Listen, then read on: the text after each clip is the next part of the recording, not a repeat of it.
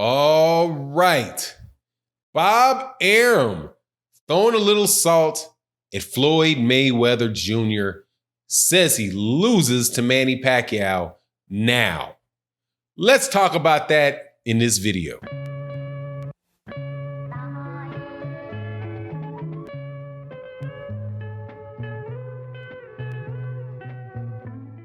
All right, welcome back to the channel, subscribers. If you're not subscribed, please subscribe and hit the bell icon so you can get your notifications. Also, thank you to everybody on the Patreon. Thank you to everybody that supports in the Super Chat, supports in the Venmo, supports in the PayPal. You guys are definitely what makes this channel click. This video, I'm gonna dedicate this to my man, Blood Boxing.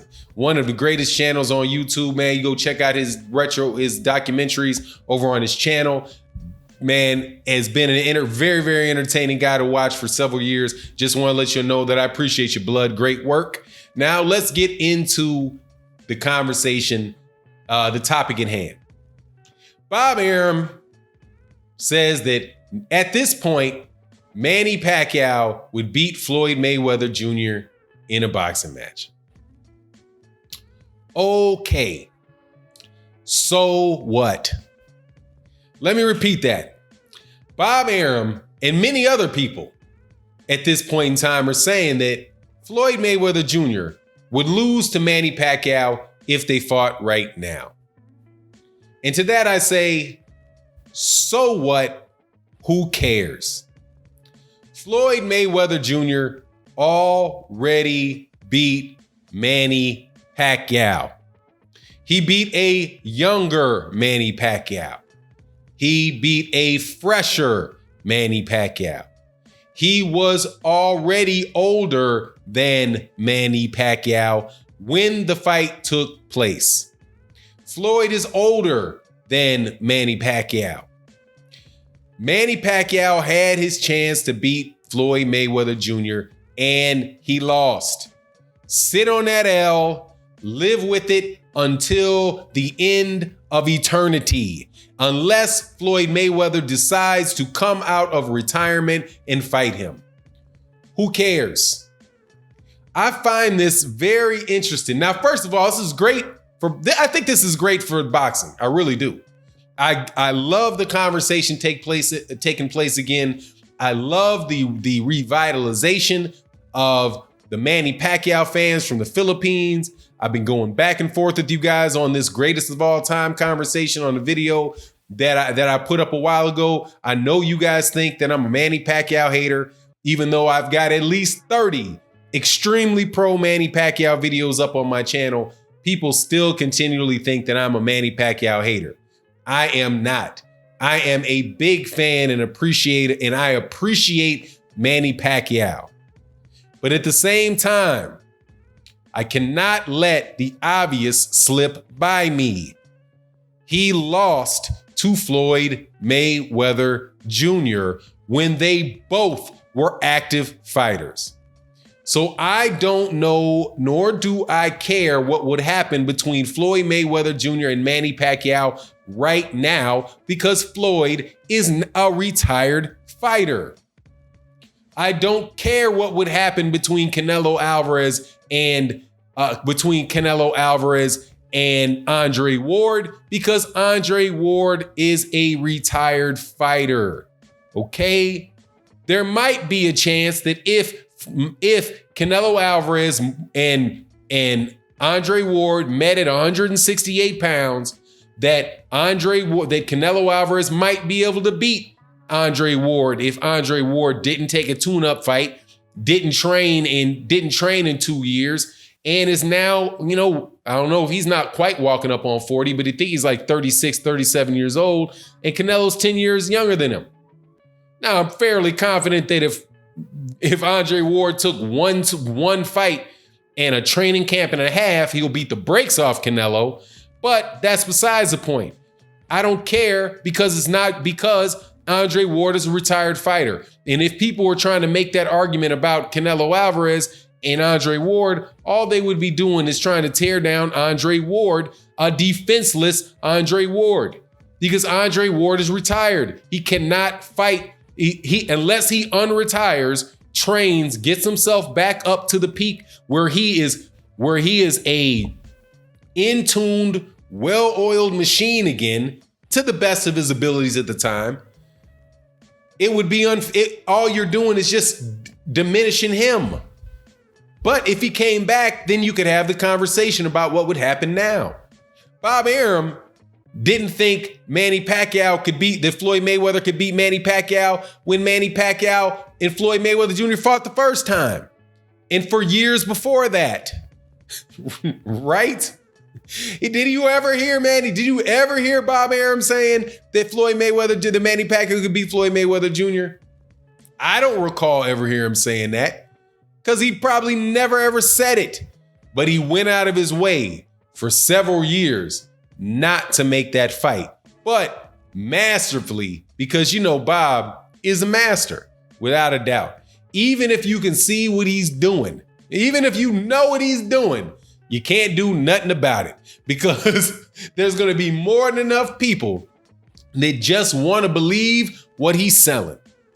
There were several fights that for years and years and years, Bob Arum prevented Manny Pacquiao from fighting Floyd Mayweather Jr. Manny Pacquiao was offered $40 million flat fee by Floyd Mayweather Jr. to fight him. But Manny Pacquiao worked for Bob Arum. And we're seeing the same thing now. The same thing that's being told about Terrence Crawford and Errol Spence Jr. It's the same thing all over again. Errol Spence Jr. isn't making this fight with Terrence Crawford because Al Heyman doesn't believe Errol Spence can beat him, right? Bob Arum also stood in the way of the fight between Deontay Wilder. He straight up blocked the fight between Deontay Wilder and Tyson Fury, because then they were in negotiations. And now what is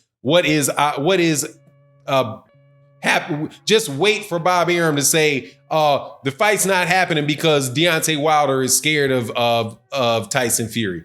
That's coming in not too long. That's coming in not too long as well. So you know what it is with Bob. That's what he does. But I do, again, like I said in the beginning, I think that it is a really good conversation. It's a really good thing for boxing that this is happening, because I believe that those fighters, those independent contractors that they have over there in the PBC, is pretty much the best model for boxers to fight in, if they have the ability to do so.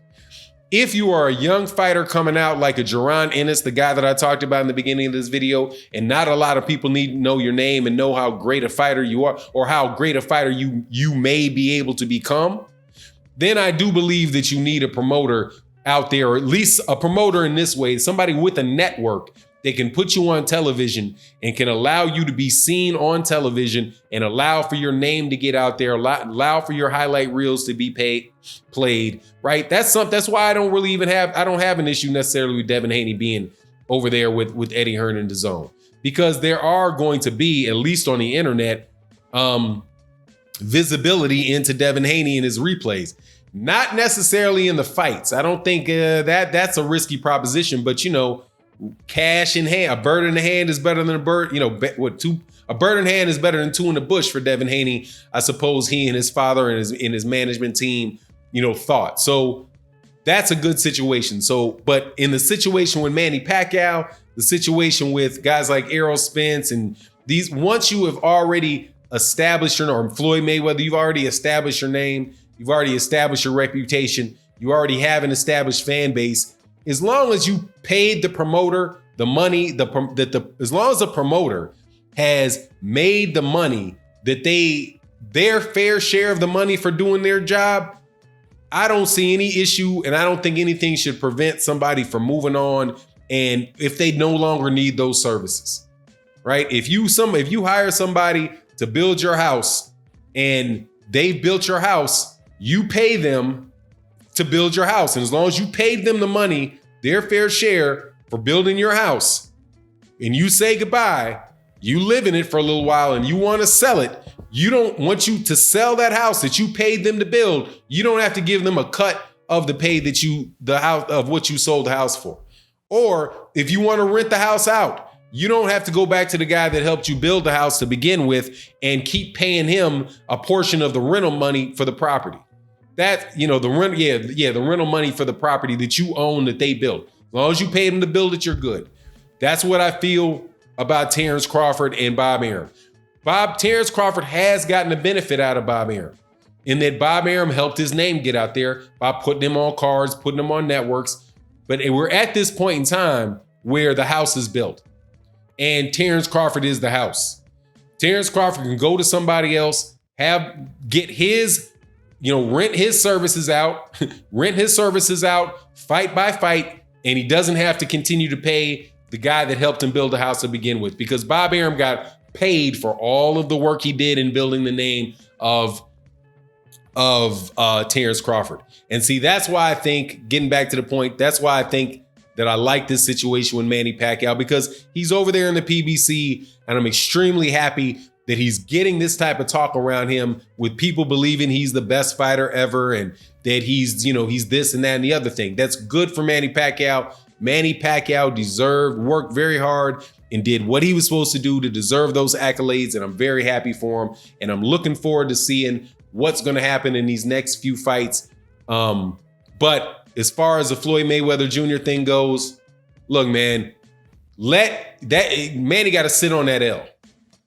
Manny's got to sit on that L. And you fans of Manny Pacquiao, y'all are sitting on that L.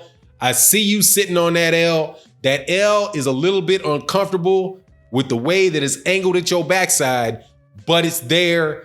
Sit on it. It is what it is. Acknowledge it. Accept it. Give Floyd Mayweather Jr. credit for being a great, great fighter. And then you can say, look what a good job Manny Pacquiao did in the fight with Floyd Mayweather Jr., who's one of the greatest fighters of all time. Manny gave a great fight to somebody that many people consider to be one of the greatest fighters of all time. And that elevates Manny Pacquiao. Trying to decrease Floyd Mayweather Jr. and call him a cherry picker and call him a fake and a fraud and all of that stuff, all that does is further diminish Manny Pacquiao, because Manny Pacquiao lost to him. So anyway, it is what it is. Sit on that L, and we'll check you out in the next video.